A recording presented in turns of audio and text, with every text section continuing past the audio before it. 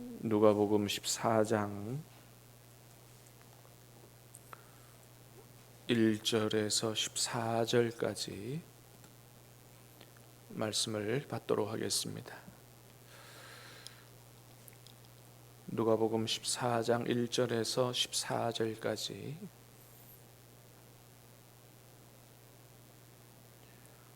안식일에 예수께서 한 바리새인 지도자의 집에 떡 잡수시러 들어가시니 그들이 엿보고 있더라.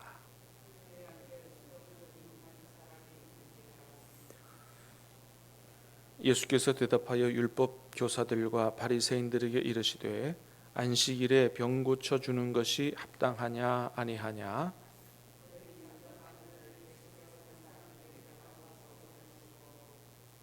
또 그들에게 이르시되 너희 중에 누가 그 아들이나 소가 우물에 빠졌으면 안식일에라도 곧 끌어내지 않겠느냐 하시니 청함을 받은 사람들이 높은 자리 택함을 보시고 그들에게 비유로 말씀하여 이르시되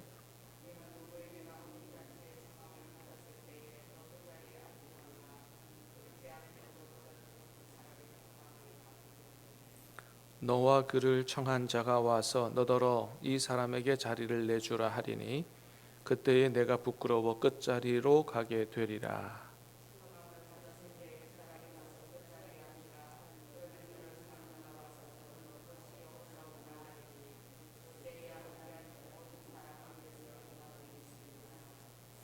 무릇 자기를 높이는 자는 낮아지고 자기를 낮추는 자는 높아지리라.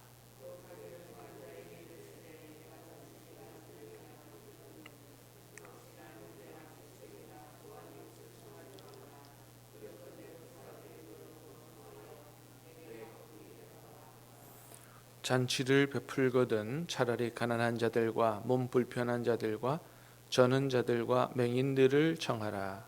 그리하면 그들이 갚을 것이 없으므로 내게 복이 되리니 이는 의인들의 부활 시에 내가 갚음을 받겠음이라 하시더라. 아멘. 오늘 말씀은 예수님이 한 바리새인의 집에 식사 초대에 응해서 들어가신 이후에 주시는 그런 생명의 말씀입니다. 자, 먼저 1절, 2절을 다시 한번 보겠습니다. 시작. 안식일에 예수께서 한 바리새인 지도자의 집에 떡 잡수시러 들어가시니 그들이 엿보고 있더라. 주의 앞에 수종병 든 한 사람이 있는지라. 아멘. 자, 예수님이 바리새인의 한 지도자의 집에 식사하러 들어가셨는데 그날이 안식일이었다. 그러니까 그 바리새인 지도자가 예수님을 식사 초대를 한 거죠. 안식일에 한 겁니다. 자, 그런데 그 뒤에 있는 말씀이 조금 좀 이상하죠. 그들이 엿보고 있더라 그랬습니다. 여기 그들은 누굴까요? 3절에 보니까 예수께서 대답하여 율법 교사들과 바리새인들에게 이르시되, 그렇죠. 예수님이 한 바리새인의 집에 초청받아 식사하러 들어갔는데 다른 사람이 함께 있는 거죠. 근데 누가 엿보고 있어요? 율법 교사들, 바리새인들이 엿보고 있는 거죠. 뭘 엿보고 있을까요? 어떻게 하나, 그죠? 어떻게 하나. 2절에 보니까 그랬어요. 주의 앞에 수종병 든 한 사람이 있는지라. 그러니까 예수님 식사 초대하고 그 집에 누구 데려다 놓은 거예요? 수종병 든 사람을 데려다 놓은 거죠. 언제요? 안식일에. 그러니까 이 정황들을 보면 지금 이 한 바리새인의 지도자가 예수님 식사 초대한 것은 예수님에게 맛있는 음식을 대접하려고 초대한 게 아니라고 하는 사실을 알 수가 있죠. 예수님만 초대한 게 아니에요. 율법 교사들, 바리새인들 잔뜩 불러놓고 미리 다 얘기했던 것 같아요. 이 예수를 안식일에 노동하지 말라고 성경에도 있고 장로들의 유전에도 있지 않느냐. 안식일에 분명히 병을 고칠 거니까 한번 다 같이 와서 보자. 이래서 이제 병자도 데려다 놓고 이렇게 한 것입니다. 그러니까 우리말로 하면 아주 못됐죠. 못됐어요. 여러분, 이 바리새인들 율법 교사들이 어떤 사람이에요? 나름대로 하나님 믿는 열심을 가진 사람들이잖아요. 여러분, 하나님 믿는 열심을 가진 사람들이 이런 못된 마음을 가지면 되겠어요? 여러분, 하나님 잘 믿는 사람은 착한 사람인 줄로 믿습니다. 착한 사람 돼야지요. 마음 됨됨이가 일단 착한 마음을 가져야지요. 이렇게 못된 마음을 가지면 안 되는 거죠. 자, 예수님 그거 뭐 다 아셨죠? 그리고도 그 초청에 응해서 그 집에 들어가셨습니다. 왜 들어가셨겠어요? 그래도 그들에게 생명의 말씀을 주시러 들어가신 거죠. 자, 그래서 이제 그 상황을 보시면서 말씀하십니다. 자, 3절 4절 시작. 예수께서 대답하여 율법 교사들과 바리새인들에게 이르시되 안식일에 병 고쳐 주는 것이 합당하냐 아니하냐. 그들이 잠잠하거늘 예수께서 그 사람들을 데려다가 고쳐 보내시고. 안식일에 병 고쳐 주는 게 합당하냐 아니하냐 물어본 거죠. 이 사람들은 안식일에 노동하지 말라 그랬으니까 병 고쳐 주는 게 합당하지 않다. 이제 이렇게 해석을 한 거예요. 율법 교사들 바리새인들은. 근데 하나님께서 여러분 안식일에 노동하지 말라고 하는 것은 그런 말씀으로 주신 게 아니죠. 그러니까 하나님의 말씀을 하나님의 말씀대로 뜻대로 이해하려고 하는 게 아니고 자기들 방식으로 이해를 하려고 하는 거죠. 노동하지 말라 그랬으니까 병 고치면 안 된다. 하여튼 그 말씀을 지키려고 열심은 갖고 있지만은 본 뜻은 제대로 모르는. 그렇게 자기들의 마음대로 해석하고 그 규칙에 얽매여서 오히려 율법의 하나님 말씀의 참된 정신인 사랑을 실천하지 못하는 이런 나름대로 하나님께 열심은 있는데 말씀을 지키려고 규칙을 지키려고 열심은 있는데 하나님 뜻을 행하지 못하는 이런 사람들이 바로 율법 교사들과 바리새인들이었다라고 하는 것이죠.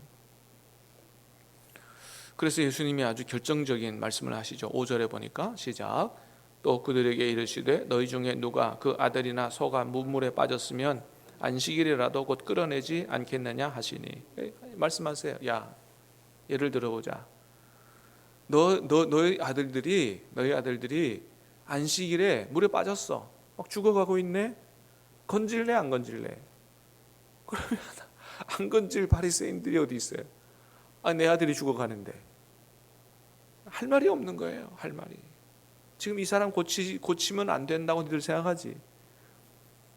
니들 아들이 물에 빠져 죽어가는데 안식일이라고 안 건질 거야? 말도 안 되는 소리 하지 마라. 여러분, 규칙을 지키는 것보다 사랑과 생명이 더 중요한 줄로 믿습니다. 그게 중요한 거예요. 여러분, 그래서 우리가 요즘에도 계속 방역을 힘쓰고 정부의 방역 지침에 협조하고 비대면 예배로 우리가 예배 대면 예배 드리는 게 우리는 훨씬 더 좋지만은 우리가 그렇게 하는 이유가 생명이 중요하기 때문이죠. 대면 예배를 고집하는 것보다 다 그게 생명 때문에 우리 옆에 있는 믿음의 형제 자매들, 우리 이웃들의 생명을 더 소중히 여기기 때문에 그렇게 하는 것이죠. 자, 어쨌든 우리 오늘 다시 율법 교사들, 바리새인들의 이런 잘못된 신앙의 모습들을 보면서 하나님 앞에 열심은 있지만 말씀을 지키려는 열심은 있지만 그러나 하나님의 본뜻을 깨닫지 못하고 이웃을 사랑하지 못하고 자기들의 만족으로 신앙생활하는 이런 율법 교사들 바리새인처럼 그렇게 되지 않고 정말로 하나님의 말씀대로 하나님 기뻐하시는 대로 살아가는 저와 여러분 될 수 있게 되기를 주님의 이름으로 축복합니다. 자, 두 번째는 자기 자신을 낮추는 사람이 되라, 겸손한 사람이 되라 말씀하시죠. 7절 8절 시작. 청함을 받은 사람들이 높은 자리 택함을 보시고 그들에게 비유로 말씀하여 이르시되 내가 누구에게나 혼인잔치에 청함을 받았을 때에 높은 자리에 앉지 말라. 그렇지 않으면 너보다 더 높은 사람이 청함을 받은 경우에. 자, 보니까 이제 한 바리새인의 지도자의 집에 예수님 말고도 여러 사람이 초대를 받았어요. 예수님 보시니까 어떻게 해요? 그 사람들이 전부 높은 사람들이 상석에 다 앉으려고 하더라 이거예요. 그래서 예수님이 또 한 말씀 하시죠. 누가 너희를 잔치자리에 초대하거든 높은 자리에 앉지 마라. 높은 자리에 앉으려고 하지 마라. 왜요? 네가 모르는 사이에 더 높은 사람이 오면 이 사람에게 그 자리 줘야 된다고 너 좀 자리를 양보해 달라고 그렇게 좀 저쪽에 가서 앉아달라고 하면 얼마나 창피하냐 그게. 그러니 아예 끝자리 가서 앉으려고 해라. 그러면 나중에 아유 더 좋은 자리에 앉으라고 이렇게 얘기할 때 영광스럽게 되지 않겠느냐. 그래서 결론으로 주신 말씀은 11절이죠. 시작. 무릇 자기를 높이는 자는 낮아지고 자기를 낮추는 자는 높아지리라. 자기를 낮추는 그런 겸손한 자세를 가지고 살아가는 게 이게 지혜로운 거다. 이 말씀을 좀 확대해서 우리 삶에 적용을 하면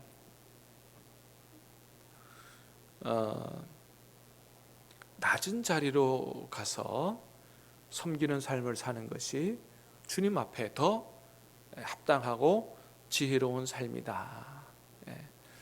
잔치 초대받아서 말석에 가서 앉는 것도 중요하지만 우리 인생 전체를 봤을 때 모든 사람들이 가고 싶어하는 높은 자리로 가기보다 낮은 자리로 가서 섬기는 이런 삶의 방식을 취하는 것이 훨씬 더 지혜로운 그런 삶이다라고 하는 것이죠. 그 다음 말씀과 또 이 말씀이 계속 연결되어 있습니다. 자, 12절에서 14절 시작. 또 자기를 청한 자에게 이르시되 내가 점심이나 저녁이나 베풀거든 벗이나 형제나 친척이나 부한 이웃을 청하지 말라. 두렵건대 그 사람들이 너를 도로 청하여 내게 가품이 될까 하노라. 잔치를 베풀거든 차라리 가난한 자들과 몸 불편한 자들과 저는 자들과 맹인들을 청하라. 그리하면 그들을 갚을 것이 없으므로 내게 복이 되리니 이는 의인들의 부활 시에 내가 갚음을 받겠음이라 하시더라. 잔치자리 청할 때 나에게 갚아줄 수 있는 사람, 보상해줄 수 있는 사람, 그런 사람들 주로 청하지 말고 갚을 게 없는 사람, 그런 사람들에게 나눠주고 그들에게 베풀어라. 그래야 누구에게 받을 수 있다? 그래야 하나님에게 받을 수 있다. 그러니까 우리는 주로 이렇게 계산을 하잖아요. 받을 수 있는 사람에게, 그죠? 근데 그렇게 하지 말라는 거예요. 그거는 안 믿는 사람들의 삶의 방식이지. 우리는 언제나 하나님을 생각해야 되고 하나님께로부터 받을 생각을 해야 한다. 그래서 세상에서 칭찬이나 보상을 다 받아버리면 하나님에게 받을 게 없으니까 세상에서 너무 사람들에게 칭찬받으려고 그러지 말고, 그리고 세상 사람들로부터 다 보상받으려고 하지 말고 하나님께 받을 생각하고 그렇게 없는 사람들에게 베푸는 삶을 살아라. 그러면 내게 복이 될 텐데 의인들의 부활 시에 내가 갚음을 받겠다. 하나님이 반드시 갚아주신다라고 하는 거죠. 그래서 요한복음 5장 29절에 보니까 그랬어요. 예수님 말씀에 선한 일을 행한 자는 생명의 부활로 나오고 악한 일을 행한 자는 심판의 부활로 나오리라.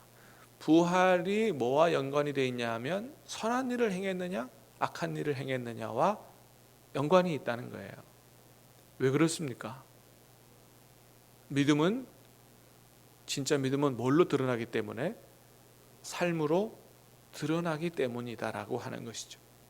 진짜 믿음은 입술로 드러나는 게 아니고 삶으로 드러나는 것이다. 그래서 요한계시록 14장 13절에도 말씀합니다. 지금 이후로 주 안에서 죽는 자는 복이 있도다. 예, 그들이 수고를 그치고 쉬리니 이는 그들이 행한 일이 따름이니라.